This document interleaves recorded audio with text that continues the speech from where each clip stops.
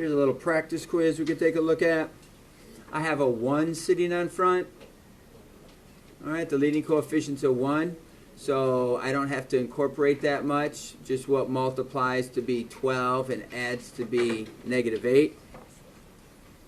And if that works out, then you can just drop them right into the parentheses. So that FOIL will produce x squared, -6 and -2 make -8, and negative times a negative makes 12. This guy over here, I think there's a couple different ways we could handle this one, but most of you might look at this and again just say that the leading coefficient is 1. So 1 times 64, what multiplies to be 64, that adds to be -16.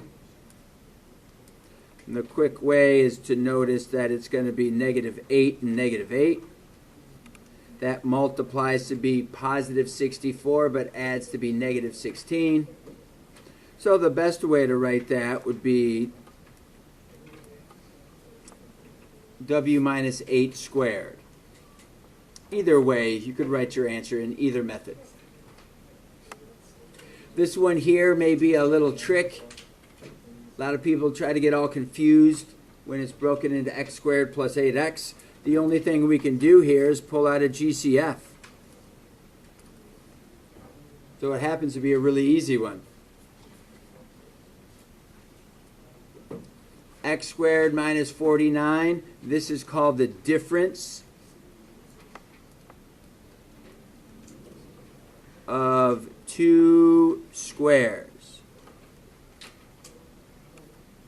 So the difference of two squares, can we take the square root of the first term? Can we take the square root of the last term? And is the middle the difference? Is the middle minus? It has to be minus. So the answer is yes. So we say x minus 7, x plus 7. And you should be able to FOIL that back together. X times x makes x squared. A positive 7x and a negative 7x makes 0 in the middle. Negative and a positive makes -49.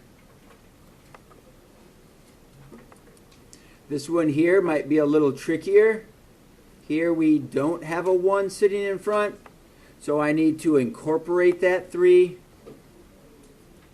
What's going to multiply to be -24 and add to be 10? You might notice that if you're going to multiply to be -24, you have to have a positive and a negative. So a -2 and a positive 12. A lot of people might fall for the trap thinking it's going to be 6 and 4. But 6 and 4, they would have both had to have been positive 6 and 4 to get to 10. But that doesn't make -24. So that wouldn't work. So we have 3x squared with our -2x, our positive 12x, and our -8. Circle your two groups. We factor out our x, bring down your sign, factor out what you can, which is 3x minus 2. Notice inside the parentheses are exactly the same.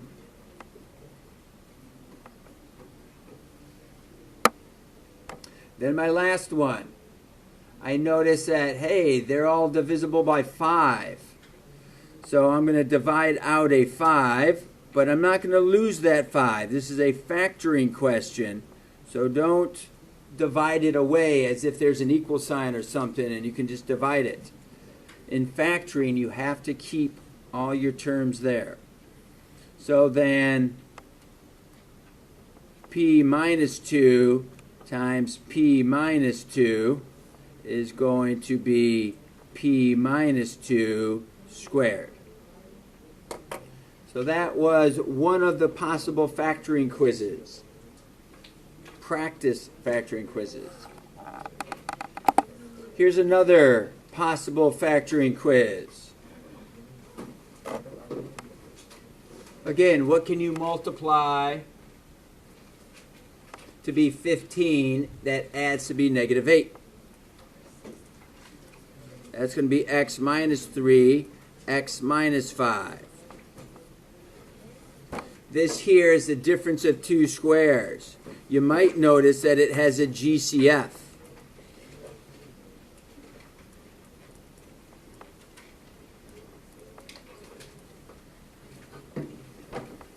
Here we have our leading coefficient other than 1.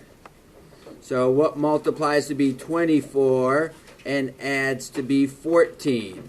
Again, that's going to be 12 and 2, but they're both going to be positive this time.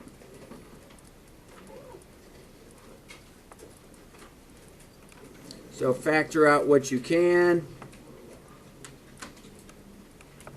Bring down your sign, factor out what you can.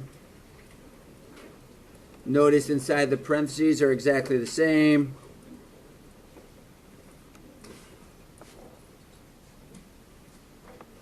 This guy here looks like we can divide out our common factor.